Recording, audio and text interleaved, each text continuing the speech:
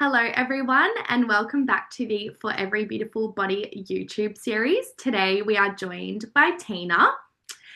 Tina is the founder of the Heel Sling, the force behind functional fashion and the shoe that almost fits.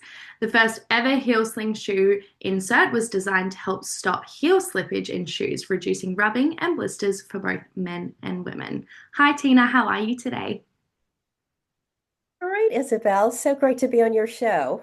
Yes, thank you so much for coming on. So, first of all, can you just tell the listeners a little bit about yourself? Sure. I actually live in the U.S. in South Carolina, and I have been at home with my daughter for 22 years. She just graduated from college.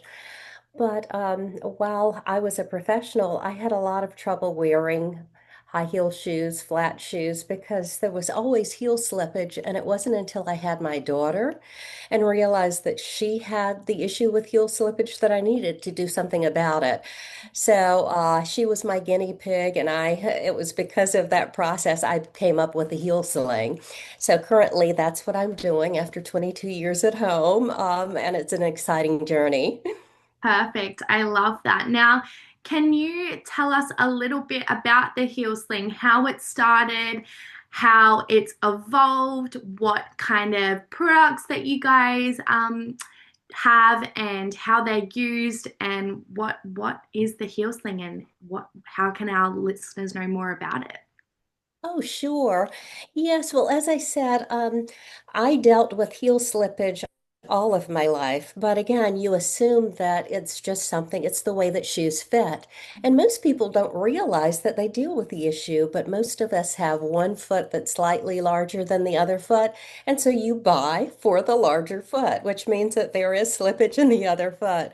And what's interesting is when I developed the concept, before I even had a product, and I went to my patent attorney to tell him about, this issue that exists with shoes. And he says, Tina, just stop, because I deal with it myself. So it's not just an issue for women in high heels. It's not just an issue for men in loafers. But as I said, I finally realized that it was an issue when my daughter couldn't move from the cute little Mary Janes into the ballet flats or the big girl shoes without slipping out of her shoe. So I started working with prototypes, and I mean very rough prototypes, any material that I had. Until I found a combination of adhesives and materials that would work and that were comfortable. And so then I started working with an engineering team, and unfortunately, the primary input was no longer produced in the US. It was sourced internationally from China and India, so I had to find manufacturers there. But after going through quite a few of those, we finally came up with a manufacturing team that understood sort of the concept of what we were developing. And so we produced not only the heel sling, but also the child heel sling, and it's now available in the US, and we do ship internationally as well.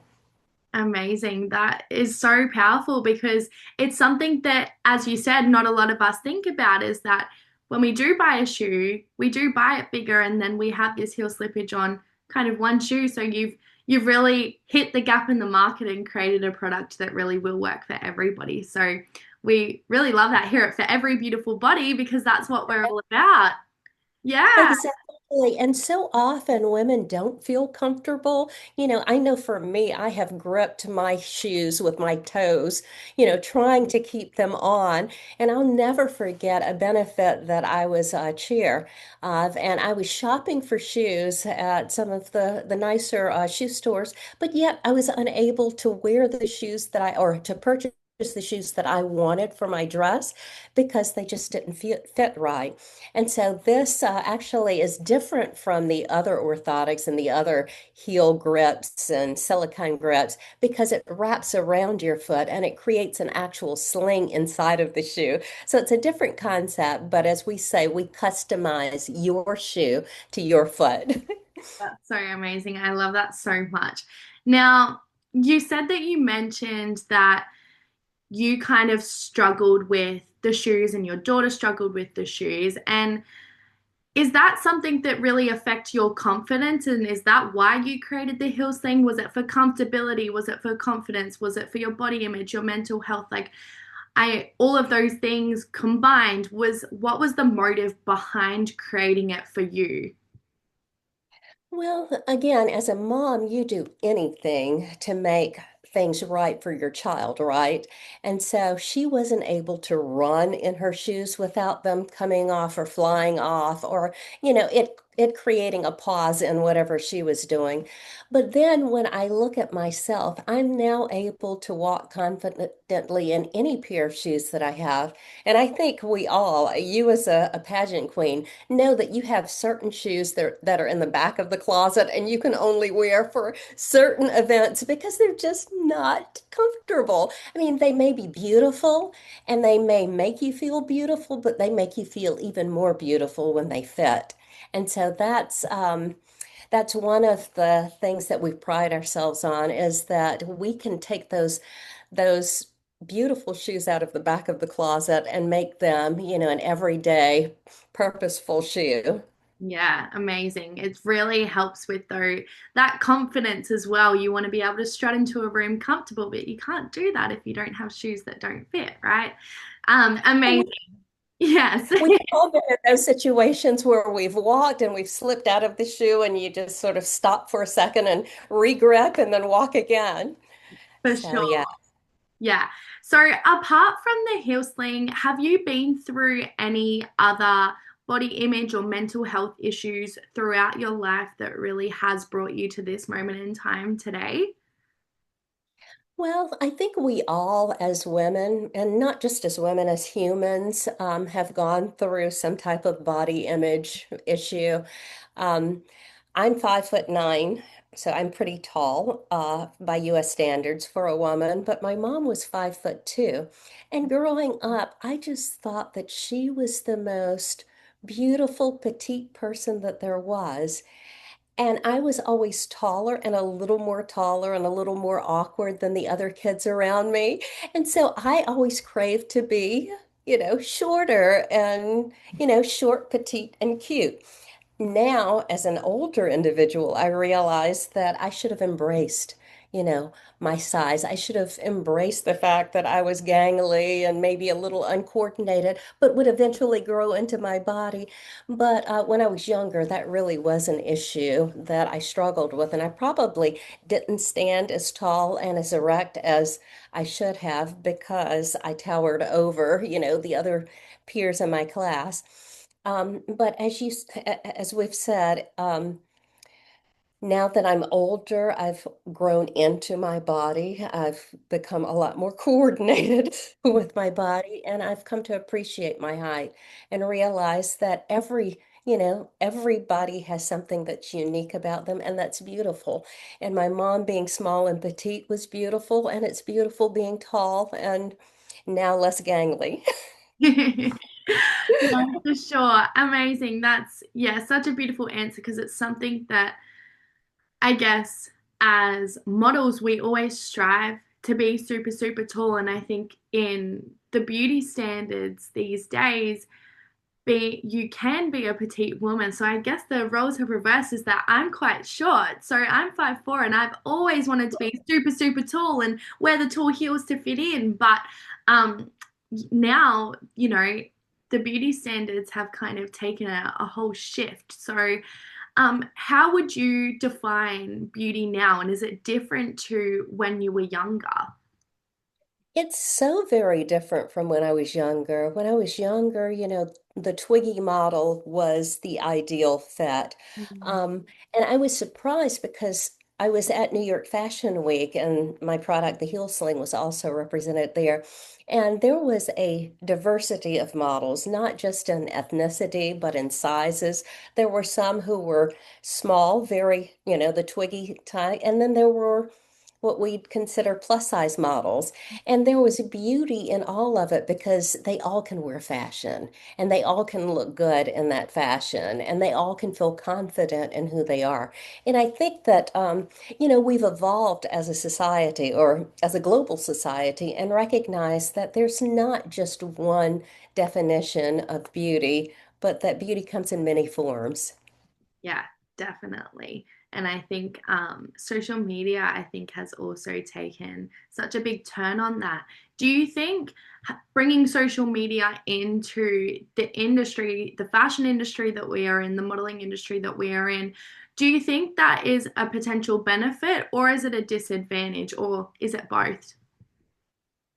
For body image, Yeah, I for mental health, for body image, for bullying, I think there's definitely disadvantages and advantages, but what do you think they are in your business and also you as a woman?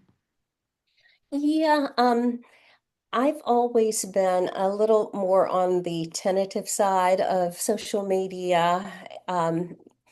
Because I recognize that a lot of what's presented is not authentic. Mm, No one wants to present the side of them that's vulnerable or the side that's, quote, ugly or less desirable. And so all of us try to present the side of us that, anyone would want to be. If it requires us using filters, if it requires us using AI to modify various aspects of us. And so I think from that perspective, we have to remember that this is just a tool, that social media is just a tool, and we can't allow that to define who we are. mm, Now, on the other hand, I think it's great because it's enabled people from all walks of life to express themselves and to genuinely express themselves, right? So not only are we looking at what, from the US perspective, Hollywood considers beautiful, but we're seeing what the everyday American considers to be beautiful. And I think that that in and of itself is really, really lovely. amazing. Yeah, no, for sure. I totally agree. There's so many benefits to it, and there's always going to be disadvantages and everything, but it's how we utilize that for ourselves, for our own self confidence and self love and self esteem that I think makes the difference as well. So, for your last question today, thank you so much for coming on. What would be one piece of advice that you would give somebody, give your younger self that could be going through any body image issues currently or healing from them? Well, I've heard a couple of speakers, some doctors and psychologists in the US, and they talked about this idea of looking at ourselves. And that this is a relatively new phenomenon in the last two to three generations. And when you think back over time, the mirror is a relatively new innovation. We were never designed to look at ourselves. We were always designed to look at other people and to recognize their beauty and to recognize and to make a human connection. And what it's taught me as an older individual is that I really shouldn't take myself quite so seriously. I really shouldn't be as concerned about, my image and my appearance, even though we all want to look the best that we can. But really, what humans need to do is to connect with one another on a much deeper level. So let's remove that veil and just embrace, people for who they are. Mm, for sure. No, that was amazing. Thank you so much for sharing your knowledge and your expertise and your advice and obviously your business. So for your, last little piece for the viewers, where can people find you? Oh, sure. They can find us, of course, on Amazon, www.amazon.com/ the Heel Sling. We also have a website, www.theheelsling.com. And you can also go to our Instagram page at the Heel Sling, and you can find us and other stories about the Heel Sling. And as you know, Isabel, it's very useful for pageants and girls who are competing in pageants because quite often you've only walked in those shoes one or two times. So to know that it's a secure fit gives you that extra confidence and that extra boost walking across the stage. For sure. Thank you so much, Tina, for coming on. We've loved hearing about your story, the heel sling, and all of your advice for all of our listeners, and know that it will impact so many people. And we hope to see all of our pageant lovers and heel lovers shopping the heel sling very soon for you. Thank you so much for coming on, and it's been a pleasure to talk to you today. Oh, thank you, Isabel.